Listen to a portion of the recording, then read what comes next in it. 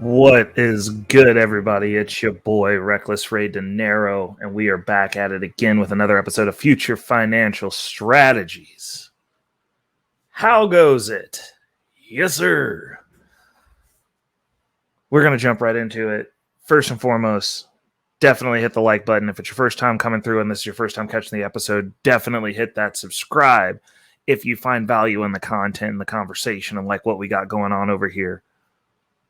Definitely turn that bell notification on and share it with your friends. So that way you know when we're tapped in. We've got three very consistent things that happen every week. Number one, the show that you are watching now, which is Future Financial Strategies with me, your boy Reckless Ray Dinero. Also, I've got another video that uploads every week, which is crypto portfolio updates, in which case we are going through. We've built a crypto portfolio. We do updates on that every week, let you know where we're at, if we're winning, we're losing, thoughts on the market, a little bit of news, a little bit of alpha, a lot of DeFi talk, all crypto over there. Thirdly, we have the Guns and Butter Show, which is on at roughly between 7:30 and 8:30 p.m. Central Standard Time. We are live every Thursday. I normally don't miss. Every once in a while, due to holidays and whatnot, we move the show, but we have it every week. And I'd say I'm 90 percentile over a year now. We're having it on Thursdays. That's what we do. So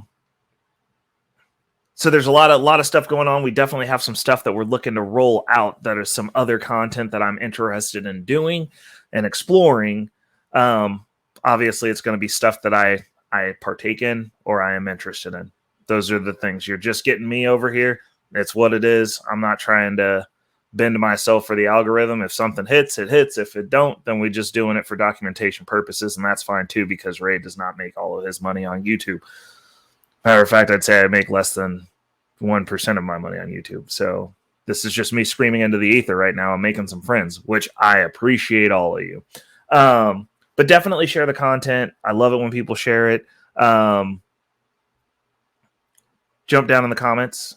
Leave me some feedback, likes, dislikes, what you guys want to hear more about, questions. Love questions. We'll answer those live on the show. If you want to talk to me live Thursday, it would be the day to do that. The Guns and Butter Show, we do field questions. I field questions from within the chat. It's an open panel. We have some really good dialogue. This, generally speaking, within 6 hours, I'd say that there are some grandiose gems that are dropped on there. Definitely last week. I had to go back and tap back in last week. We got some people that have some really good insights on some pretty high level stuff. So, something you might want to look into. But I digress. Let's jump into the show. Now, this week, we had some really interesting things, but I want to start it off with something that I found interesting. So let's see here. Start off with this page. Boom. Okay, now we got you popped up here. I am small. I'll make me even smaller. This is the current U.S. inflation rate based on the numbers that they are giving for their basket of goods. Now, this is the basic info from this. I got it highlighted on the page here that I want to show you that is horribly and insanely important.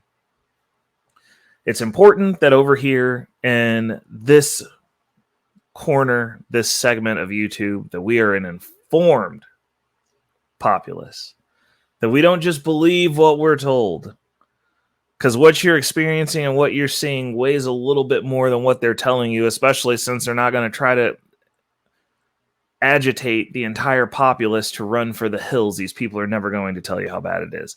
But the basic gist of these charts is the U.S. inflation rate, and this is at present, this is May, as of May last month. We haven't gotten the numbers for June, which isn't over yet. But as of May last month, the inflation rate is, according to them, at 4.05%, which is good. We're going in the right direction per their numbers. But the thing you got to understand with this inflation rate is the U.S. inflation rate is the percentage in which a chosen basket of goods and services purchased in the U.S. increase in price over a year. Now, the thing that they don't tell you is the basket of goods. They get to switch around these what's in the basket also. So like this 4.5%, food is still up like 20 to 50%, depending on what you're eating. So the numbers are going down, but it's like which numbers? Like what's going down? Because like I haven't seen anything get cheaper. My Netflix price sure hasn't gone down. I mean, gas kind of held the same, fortunately, at least in the area that I am. Most of this pandemic, the fluctuations have been tolerable. It's been within a range, thankfully. So that's been pretty consistent. Been complaining about that price for forever. I mean, I remember when gas was under $1. I'm that old. So, like when I first started driving, gas wasn't even $1. And then when gas hit $1, we all lost our minds and thought it was the end of the world. So the other thing to bear in mind with this is things are not inflating in price. That's the other thing that's misleading about the inflation rate. Stuff's not getting more expensive. Your dollar is losing value. What the medium of exchange of what we are forced, because we're forced to exchange things for, that is going down in value. Therefore, it is reflected in the price of things, which goes up in value. That's a very important concept that you have to understand with inflation. Stuff's not getting more expensive. The thing that you're using to buy it is losing value. Your wealth is being extracted. I'm going to say that one more time. Things are not actually getting more expensive. An egg is always an egg. A chicken is always a chicken. The chicken doesn't grow in value. What you're exchanging for the chicken is losing value. Your wealth is being extracted. This is a direct. Hold on, one more time. Let me hit it. Shout out to Dr. Umar Johnson. Things, my brothers and sisters, things are not getting more expensive. The medium by which you buy things, the dollar, is losing value. Okay. Now, with that said, we've got the direct reason that the medium by which we are purchasing is losing value.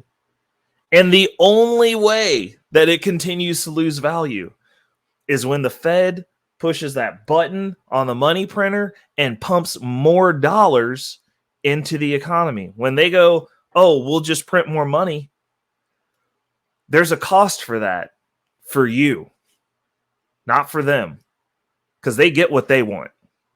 They get what they need.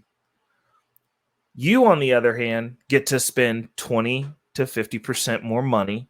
Now, I want you to think back to when everybody got the COVID money and we thought it was all great, right? Remember that? Remember when everybody was getting them stimmy packs?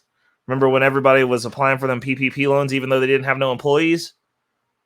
All that money that they made, everybody was grabbing at it. We thought it was great. I told y'all straight up then. I went and took my money and bought Bitcoin. Best decision I ever made. But everybody else just took the money. They spent it. I saw people, they was having Gucci belts, Gucci shirts. They thought they was flossing. They weren't paying their rent. Now they're probably evicted and out here homeless with their Gucci belt, sleeping in a car. That's fine. Natural consequence. But all that money is the reason that everything got more expensive, which means that even though you got some money in the quick sense, and this is the reason I keep telling people, you can't just look for the quick hit. They've made us so focused in on fast money, instant gratification, microwave, that y'all will take anything. You go get student loans for dumb degrees to go sit and tell me that you went to college while you're asking me for a job because I own a business. Make it make sense, Sway. And then you turn around and go to Biden and say the system's not fair because you got to go ask for somebody to pay your loan back because you got a worthless degree.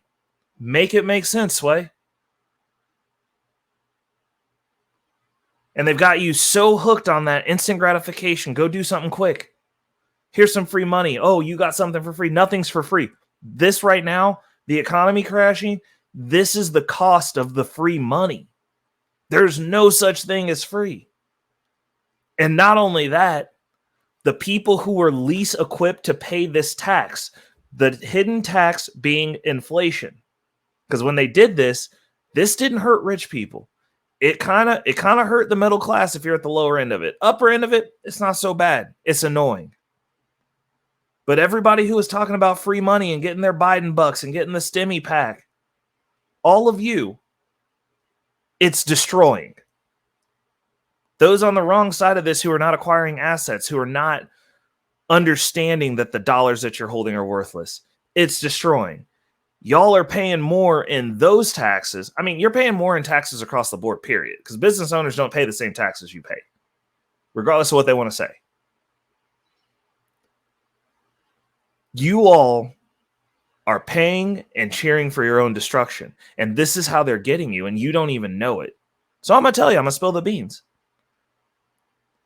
This 4%, I mean, I guess maybe we're down to only going up 4% from what it was last year, but it's not going, nothing's going back to pre-COVID prices. Prices do not go down. That money doesn't magically disappear. So the fact that we went 50% and now we're at 4%, we're up 54%. You still can't afford to buy stuff. Your wages did not go up with this inflation.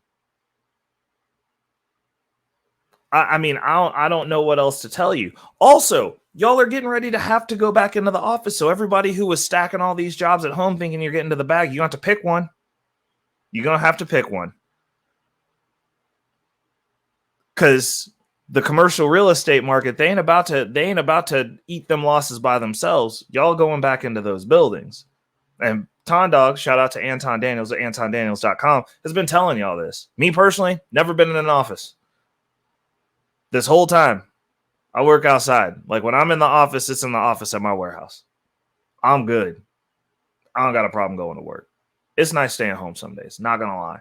But like a lot of y'all are about to have your wealth cut in half or in a third or something because you're going to have to pick a job because everybody wants you to go back in because they're not about to lose their asses on these empty office buildings that y'all done abandoned. So you going back in there or you going somewhere else. And since they're all saying this because they're all in the same position and you don't actually have agency while you guys stopped at making money, talking about you getting to the bag and you're richer than everybody else. All of you are richer than me, by the way. Congratulations. Nobody cares. But while you're talking about getting to the bag, what's going to happen when you got to get back to that office and you can't be on YouTube for 18 hours a day talking about submission and modern women? And how you're richer than everybody else, so somebody should respect you, even though you never leave your house and you got Cheeto crumbs in your belly button. Like, it's cool, bro. It's cool. I'm really interested to see how this turn of events works out for all of y'all because everybody ain't going to be able to sit around on the internet all day now. Unless you're going to be brazen enough to do in the office in which you will not have a job. So I hope you're making that bag here. But it's getting blatantly obvious that people are going to have to start thinking more strategically because, I mean, if all of you are getting to the bag like this, then how come I never hear about some dope brokerage accounts? The only person who talks about their brokerage account is Anton. Shout outs again, Anton Daniels, AntonDaniels.com. But none of you have receipts. None of you are investing. None of you talk about private banking. I'm the only person that I know of who talks about private banking. And I'm not as rich as any of y'all. But I actually know actual real rich people. And so I'm actually giving y'all the beans on like how to navigate some of these systems. I'm actually showing you how I'm working and navigating some of these systems. Shout out to Citibank. We running the bag up over there. We're going to be getting into that private bank and I'm coming for you, Citi. I hope you're ready. And shout out to Chase Bank for giving me my Chase credit card, which is my daily driver. I am loving that. Waiting to get this vacation booked and experience using the back end of that platform for booking flights and hotels and whatnot. We're going to see how that rolls. But, you know, people give you half game. They give you half truths. They told you that you should rent and now rent $1,700 a month for less than 900 square feet. Hope y'all liking that. Like, that sounds great. That's lower. That's more expensive than every mortgage, in my opinion. Like, I think it's astronomical. Like, that's ridiculous. Like, I'm not even paying close to that. It's wild. Y'all are living wild and reckless out here with these half-truths and not so good advices, in my opinion. Obviously, this is not financial advice. I'm just a guy who rants on the internet, but we gonna call out the BS when we sees the BS. So next, we are going to have the weekly global economic update, and I wanna go ahead and look at this. It's Deloitte's. We're just gonna skim through the top. I'm gonna do some quick reactions, see what we're thinking about here, see what we talking about here, see how we feel in here. Now, the week of June 19th, 2023. These are the things that are going right now as far as the Deloitte insights are concerned. Number one, will artificial intelligence change the speed at which the economy grows? The way this is looking to me, I'm not reading the article. I haven't read this article. As if you guys want to read it, go ahead. But I'm just doing quick reactions to the headlines. It's going to be both a yes and no. It'll be yes for some. It'll be no for others. Now, AI is coming for a lot of your jobs. If you're a copywriter, you're fired. If you're a web developer, high probability you might be fired. If you're a web developer and not actually so good at it that you're artistic with it, you're fired. We'll say those guys are fired because like putting up something basic, I can get Chat GPT to do that for me. I've been playing with it. Digital artists, y'all are damn near fired.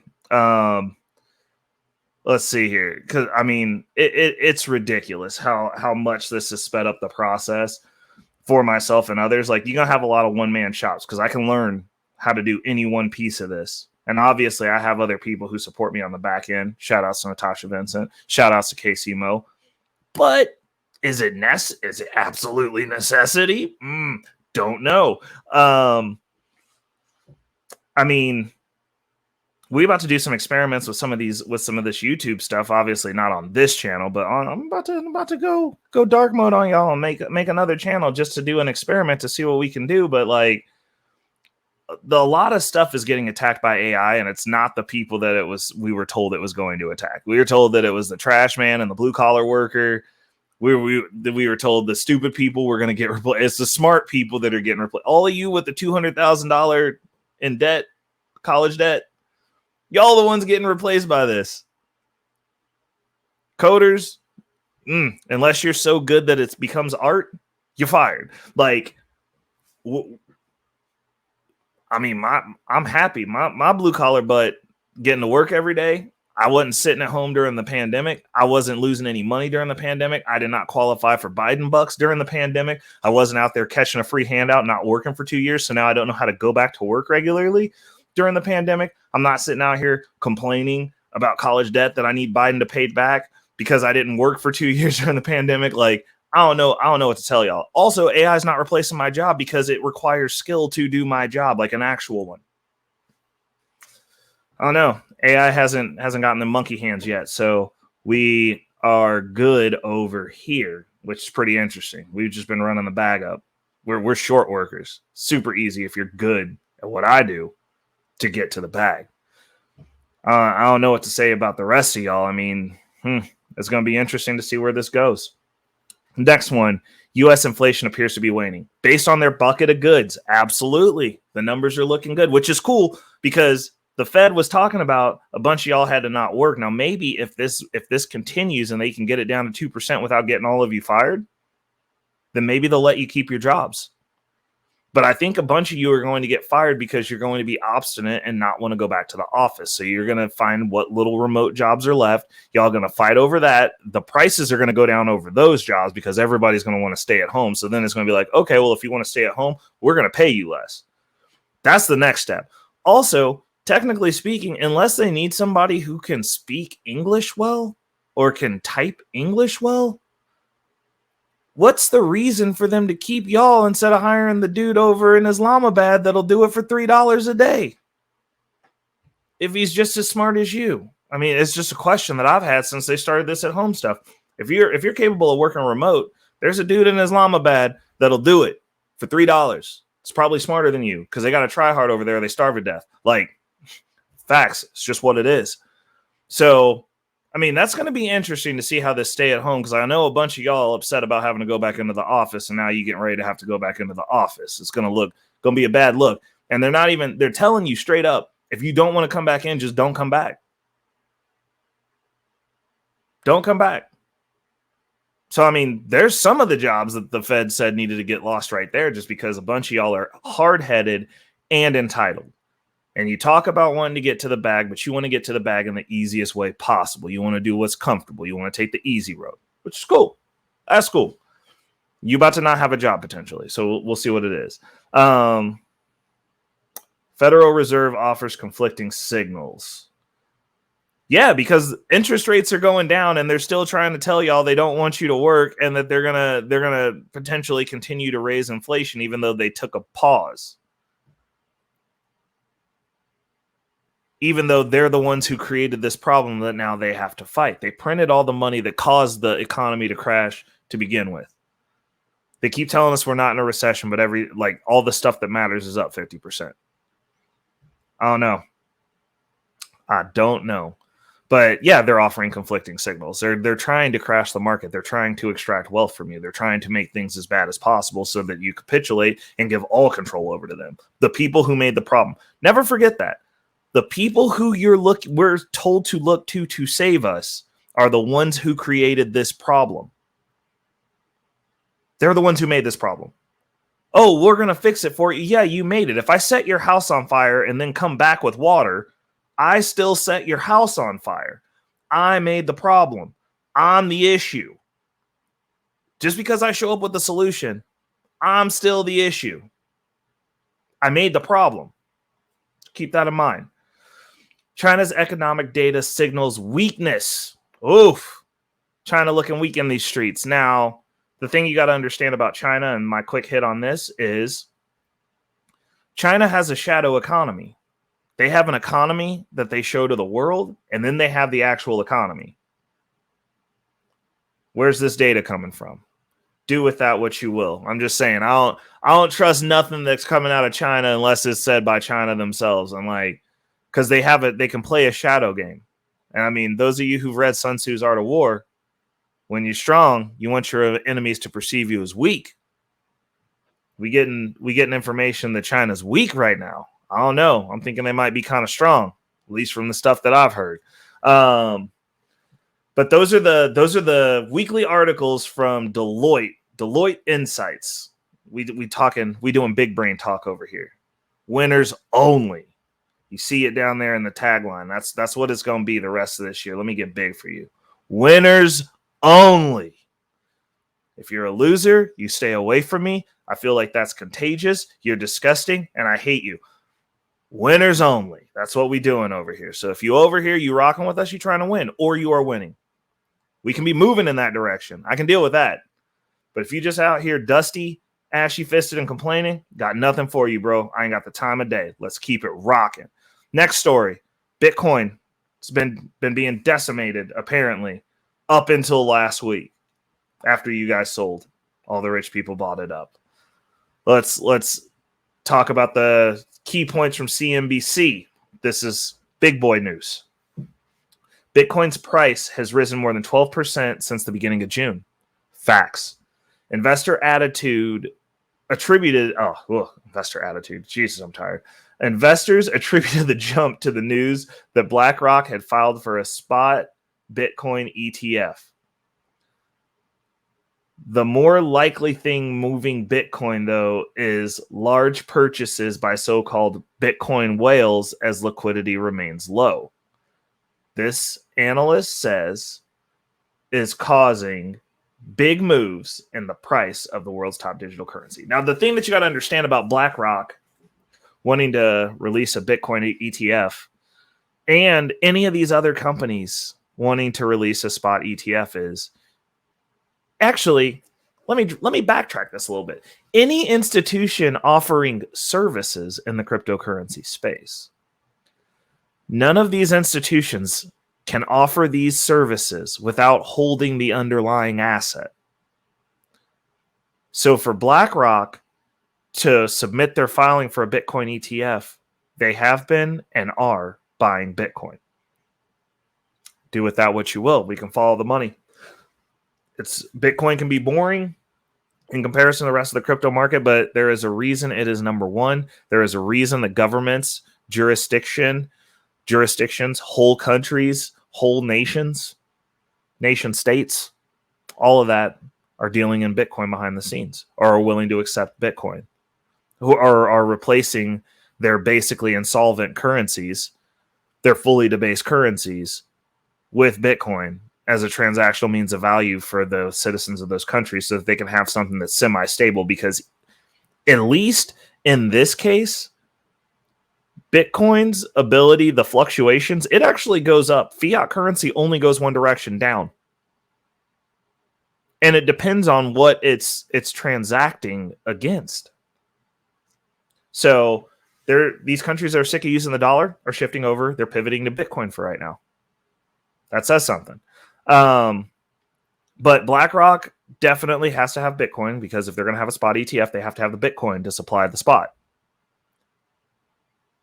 Few other companies, Fidelity also applied for it, has Bitcoin. Grayscale has their trust, has Bitcoin, trying to get an ETF. BlackRock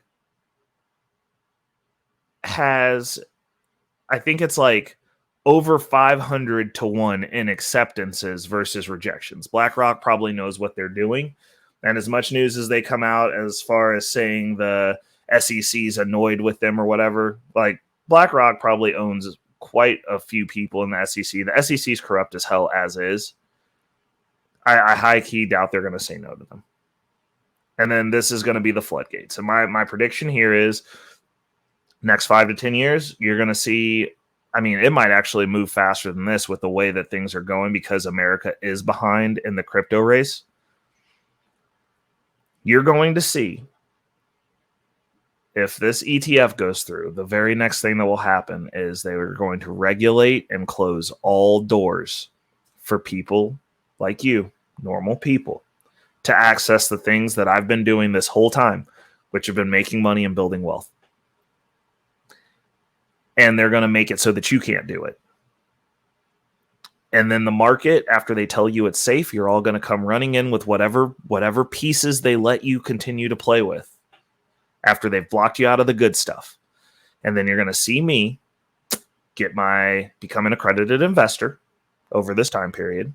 And I'm going to continue doing what I've already been doing, because I'm already in the market and stuff is going to skyrocket.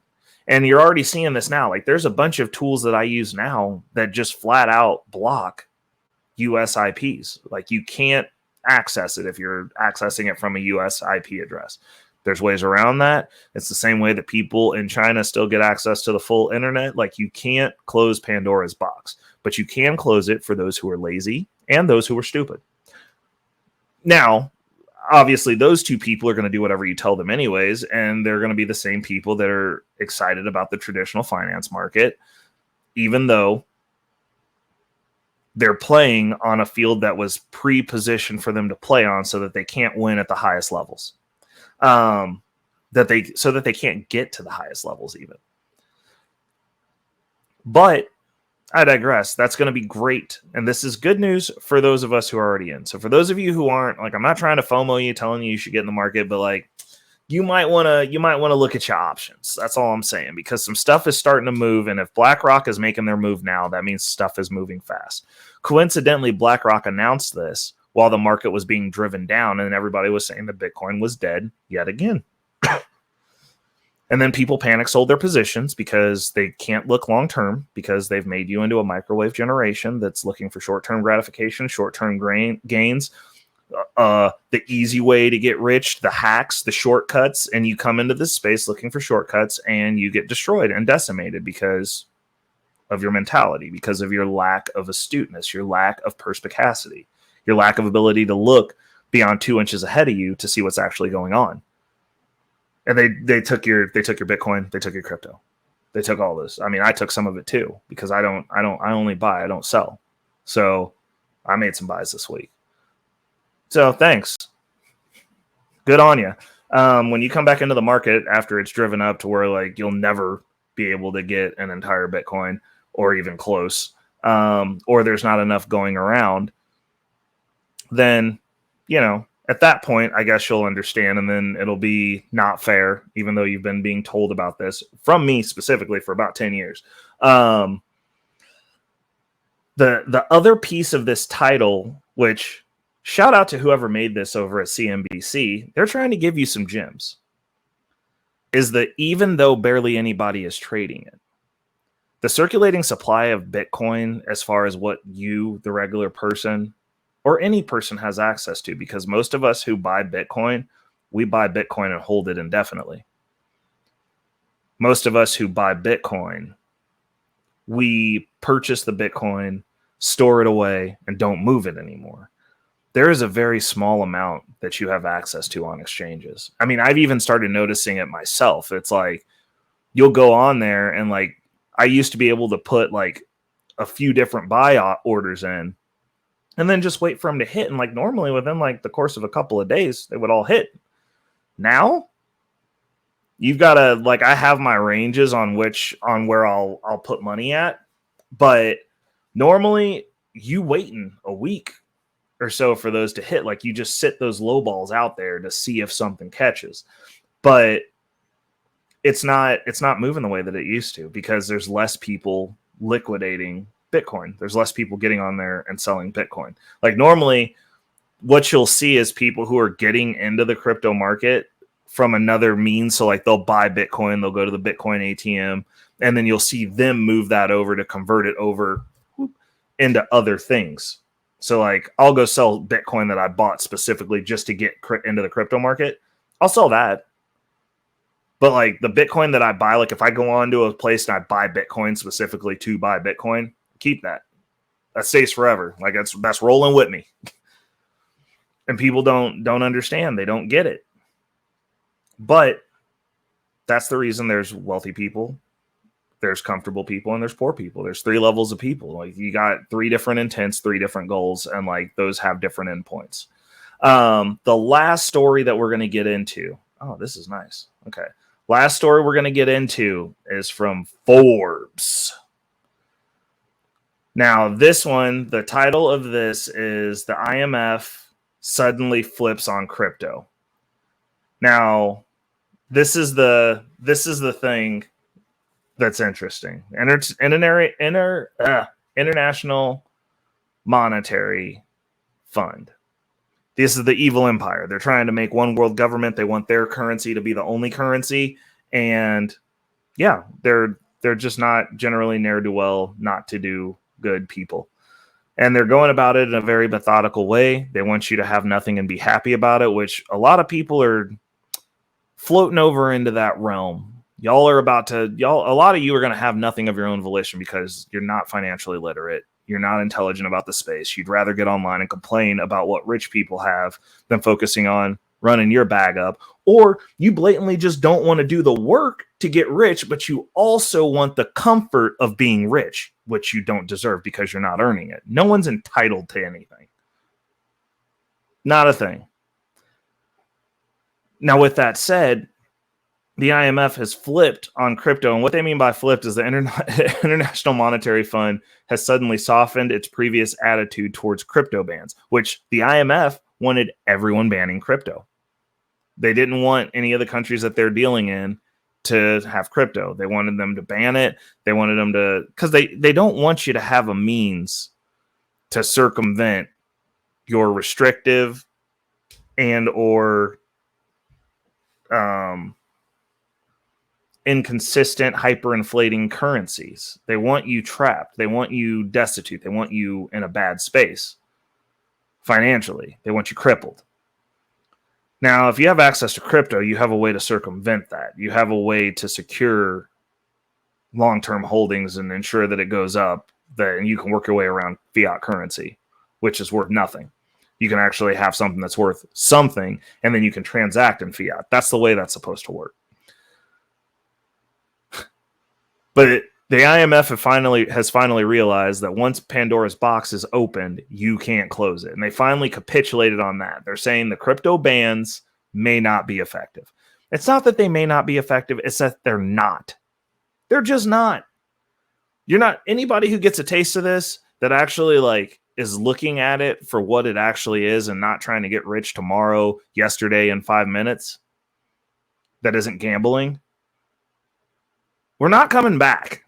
Like, we're not going back. Like, we'll use your crappy systems as much as we need to. Give Caesar what's Caesar's, right? We'll use your fiat to pay the bills. We'll use your fiat to transact within your systems. But as far as holding wealth in said currency, no. As far as putting yourself in a position where somebody can cut off your money supply or tell you can't do something, or the country goes south and now everything that you've accumulated is worth zero, no, we're not doing that. We're holding assets. We're holding things that are going to be tangible. And I'm not saying that you have to hold crypto, but I'm saying if you're sitting in dollars, you're sitting in a bad space unless you're planning on making moves and transacting in those dollars. Dollars are for transaction only. It doesn't matter what percentage they give you in the bank. Dollars are going down. Hold on. Let's see. Hold on. Wait a second. Before we go, we'll stop on this. Wait a second. Let's see here.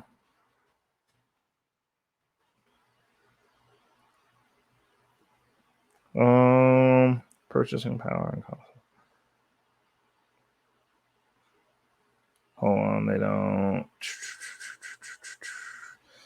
Hold up.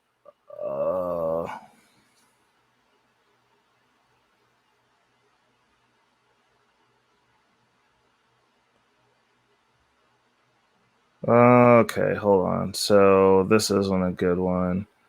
Hold up. I'm trying to find. Oh, here we go. Visual Capital.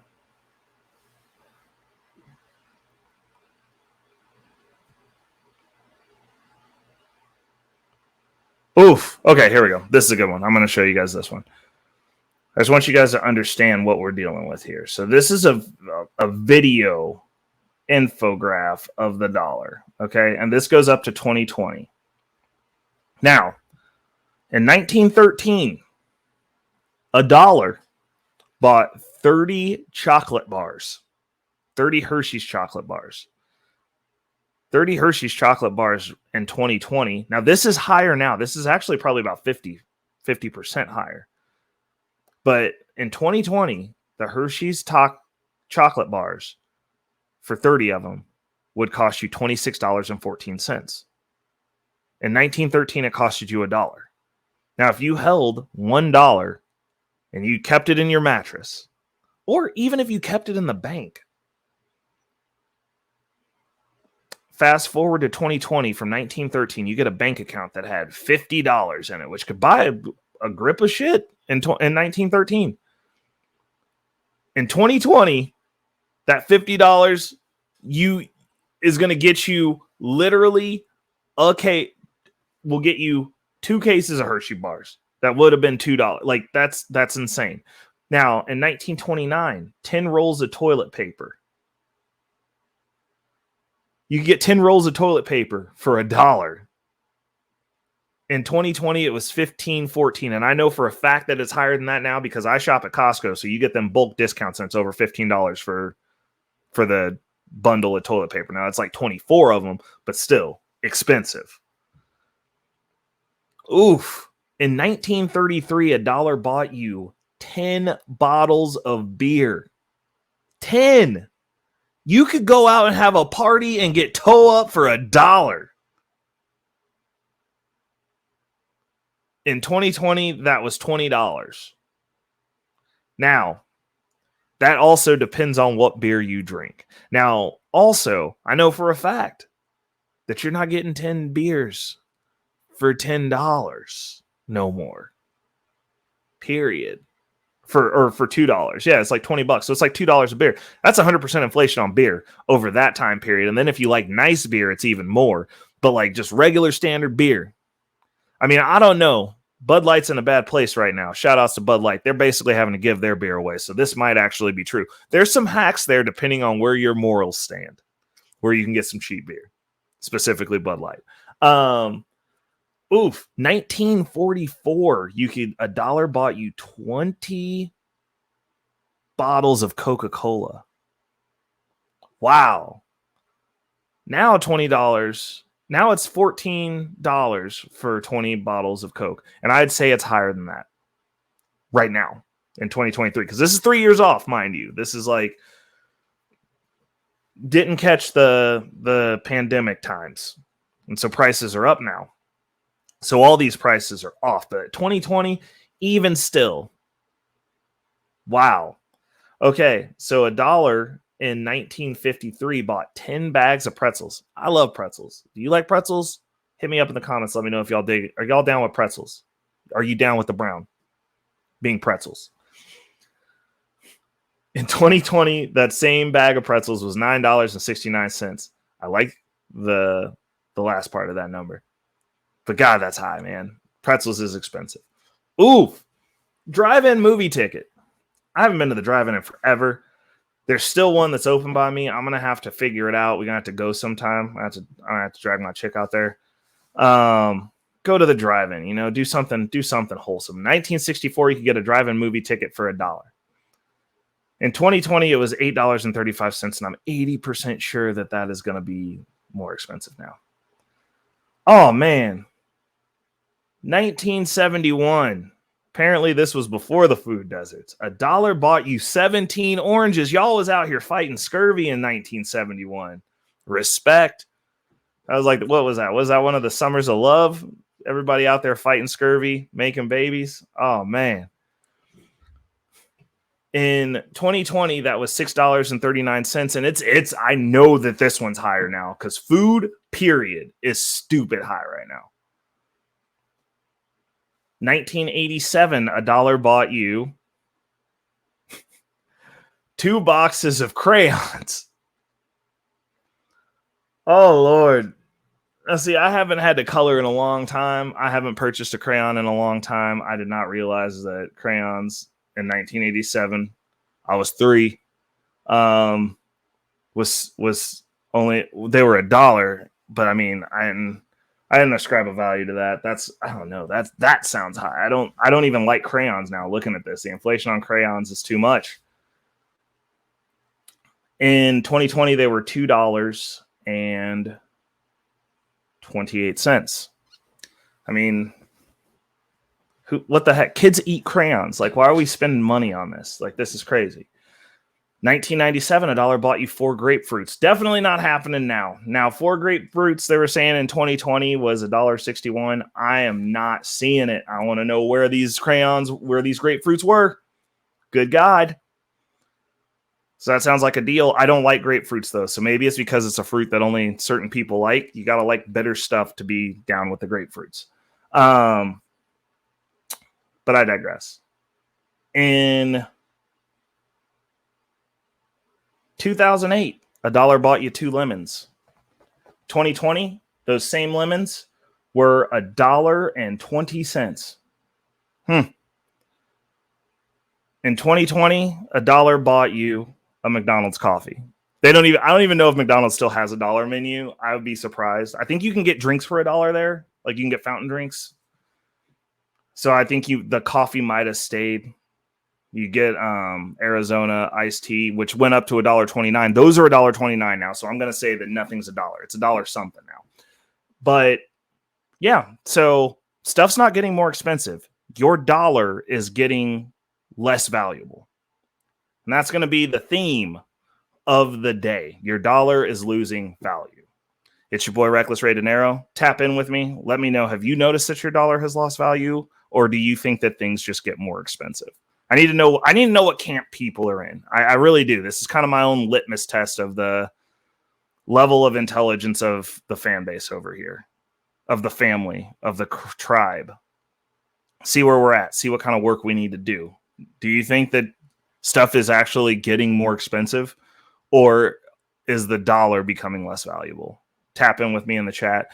If you found value in the video, please make sure to hit that like, share, and subscribe. You know what I'm saying? Ways to support the platform are down in there. If you guys want to throw some money your way to help get some new lighting, get some more lighting. I'm getting another light that's happening. I got to get some more angles. I got to get angles. You know what I'm saying? But definitely tap in with me. Definitely share the video. Definitely like the video. It's your boy, Reckless Ray Dinero, and we are out. Peace.